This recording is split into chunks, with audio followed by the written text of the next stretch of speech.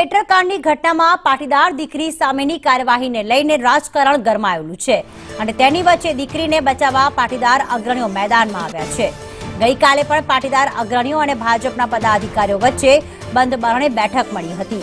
ત્યારે આજે આ ઘટનામાં પાટીદાર અગ્રણી દિનેશ બાંભણિયાનું નિવેદન પણ સામે આવ્યું છે। તેમણે કેટલાક ગંભીર આક્ષેપ લગાવતા કહ્યું કે ગઈકાલે યુવતીના જામીન માટે કોર્ટ પ્રોસિજર વખતે યુવતીના વકીલ હાજર જ નતા રહ્યા, જેથી યુવતીને જામીન ના મળી શક્યા। સાથે તેમણે આરોપ લગાવ્યો કે વકીલ કોંગ્રેસના નેતા છે, જેથી રાજનીતિ થઈ રહી છે અને તેમાં તેમને જ રસ છે।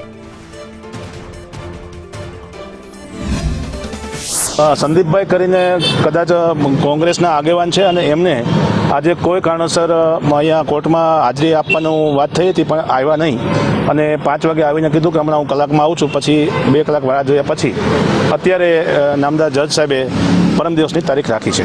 એ વકીલની જગ્યાએ કોણ વકીલ અત્યારે તો હજી જે વકીલ છે એમાં ગોપાલભાઈ ઇટાલિયાનું